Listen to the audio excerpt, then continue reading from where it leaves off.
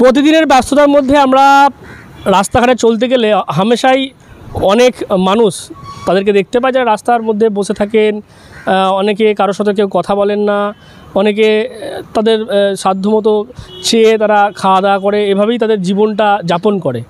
অর্থাৎ ভবঘুরেদের আমি কথা বলছি। আর সেই ভবঘুরেদের কথা ভেবে দেখতে পাচ্ছি একদল যুবক তারা ডানকুনিতে যারা ভবঘুরেরা রাস্তার ধারে দীর্ঘদিন ধরে রয়েছে তাদেরকে স্নান করিয়ে, নতুন পোশাক পরিয়ে, চুল যেগুলো আমরা অনেক সময় দেখি ভবঘুরেদের বেশিরভাগ চুলের কেয়ার না করে অনেক বড় বড় চুল, দাড়ি এগুলো সব বেরিয়ে যায়, সেগুলোকেও তারা শেভিং করে সুন্দর করে দেখতে পাচ্ছি একেবারে পরিপাটি করে সাজিয়ে দিচ্ছে এবং তার সঙ্গে নতুন পোশাক, শীতের জ্যাকেট থেকে শুরু করে নানান জিনিস তাদেরকে তুলে দিচ্ছে। এবং এভাবেই এই যেমনটা আমরা দেখতে পাচ্ছি তাদের গেঞ্জিতে লেখা রয়েছে টিম সেনাপতি, মানুষের সাথে মানুষের পাশে, এই বার্তা নিয়ে তারা কাজ করছে। এবং যেমনটা জানতে পেরেছি প্রায় 5 বছর ধরে এই কাজ চলছে তাদের।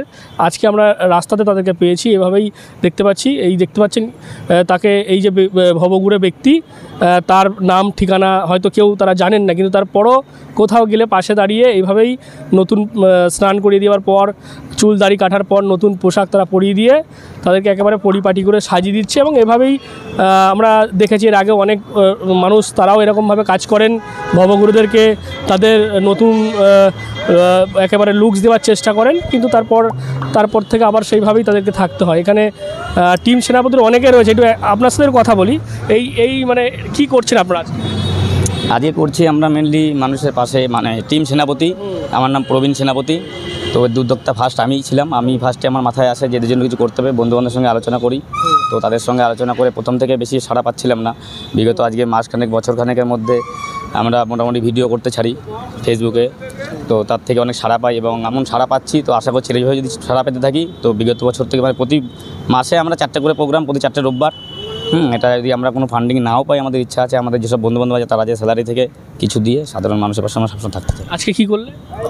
আজকে আমাদের যেরকম 5-7 জনকে এসে তাদের মানে বস্ত্র থেকে শুরু করে খাওয়া দাওয়া যত তাদের পাশে থাকা যায়, আর এটাই পরিকল্পনা পুরো পরিচালনা করেছে আমাদের টিমে। এই যে কজন আছেন সবাই নিজের পকেট থেকে সামান্য কিছু যে যেরকম পেরেছে সামর্থ্য অনুযায়ী দিয়ে আজকের এই প্রোগ্রাম। মানে ভবঘুরেদের কি নতুন পোশাক দিলে?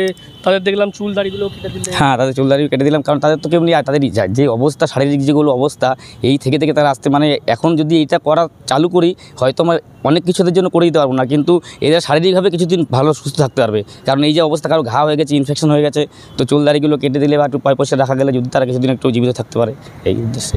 এই উদ্যোগটা কি মানে এই বিষয়টা মাথায় কেন আসলো? কোথাও কি দেখে বা অনুপ্রাণিত হয়েছে? হ্যাঁ, আমি লকডাউনের সময় আমি ব্যারাকপুরে ডিউটি করি, ফিরছিলাম বাইক নিয়ে, লকডাউন ফুল লকডাউন। তো এদের অবস্থা দেখে সেই সময় আমার মাথায় একটা চিন্তা ভাবনা আসে এদের জন্য কিছু করতে হবে। এমনকি সেই লকডাউনের সময়ও যাদের পরিচয় নেই, আধার কার্ড, প্যান কার্ড নেই, এতটা ছোঁয়াচে মহামারী, তো তার ভিতরে আমি মানে নিজের ইসে আমি 2-3 জনকে আমার হেফাজতে রাখি ঘর ভাড়া নিয়ে। তো তখন থেকে আস্তে আস্তে মনে করি যে না, এটা চালাতে হবে বা করবো, সেই হিসাবেই এগিয়ে যাওয়া। আচ্ছা, তোমরা তো আজকে ওদেরকে ভালো করে দিলে, মানে একটা ভবঘুরেদের যেমন দেখতে বা তারা যে লুকসের থেকে চেয়ে চুয়ে খায় সেখান থেকে তোমরা ভালো লুকস করে দিলে। আগামীকাল থেকে এদের কী হবে? আমরা চেষ্টা করছি আবার 2-3 দিনের ভিতরে এদের দেখা করার, কারণ আমরা রিসেন্ট 1 সপ্তাহ আগেও এখানে এসেছি, 3-4 দিন আগেও, এবং আমাদের টিম সব জায়গায় ছড়িয়ে আছে, ডানকুনি বলুন, গোবরা বলুন, জনাই বলুন, মোটামুটি যতটা আয়ত্তের ভিতরে। তো টিম যেখানে যাদেরকে সমস্যায় দেখছে আমাদের কল করছে বা পাশে থাকার চেষ্টা করছি। এদেরকে মানে পার্মানেন্টলি রাখার কোথাও কোনো ব্যবস্থা? না, সেরকম আমাদের এখনও মানে ক্ষমতা বা যোগ্যতা এতটা হয়ে পারেনি বা এতটা মানুষের সমর্থন সে পাইনি। তো আমরা সবাই এমনি যে যার মতো কাজ করি, জব করি, 20-25 হাজার মাইনে, 22,000 মাইনে, যে যার মতো। তো এতটা পরিকল্পনা ভাবতে গেলে নিশ্চয়ই প্যাকিং না হলে ভাবা যাবে না। যদি মানুষের সেরকম সারা পাই, ইচ্ছা আছে অবশ্যই, স্বপ্ন অনেক কিছুই আছে, দেখা যায়।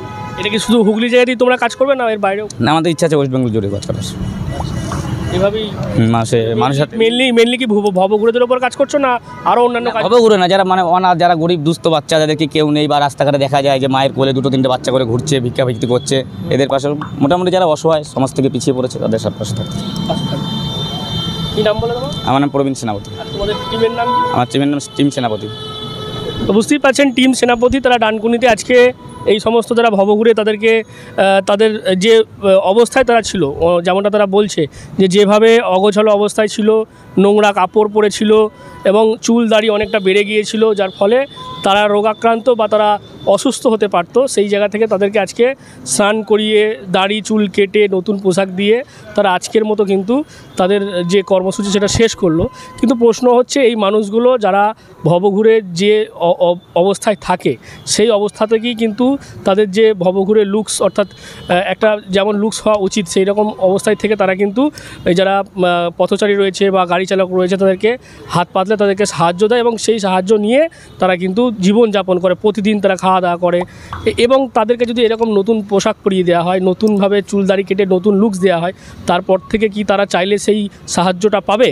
সেই পর্যন্ত একদিন যাওয়া যেমন থাকছে, তার পাশাপাশি কিন্তু তাদের আগামী দিনে ভবিষ্যৎ কী হবে, অর্থাৎ শুধু একদিন এরকম অনেক সংস্থায় আমরা দেখেছি ফেসবুকে তারা আসেন এরকম কর্মকাণ্ডগুলো করে এবং তারপর সেগুলো ফেসবুকে বা বিভিন্ন প্ল্যাটফর্মে ছেড়ে তাদের সুনাম বা তাদের যে কাজ সেটাকে ছড়িয়ে দেওয়ার চেষ্টা করে।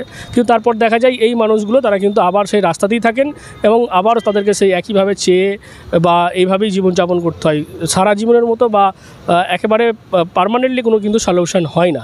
এই গোটা বিষয়কে নিয়ে আপনারা কি বলবেন? এরকম উদ্যোগ নিয়ে আপনাদের কি মতামত অবশ্যই জানাবেন কমেন্ট বক্সে। এরকম আরও খবর পেতে নজর রাখবেন ডিএনএন বাংলায়, বাংলার খবর বিশ্বের দরবারে।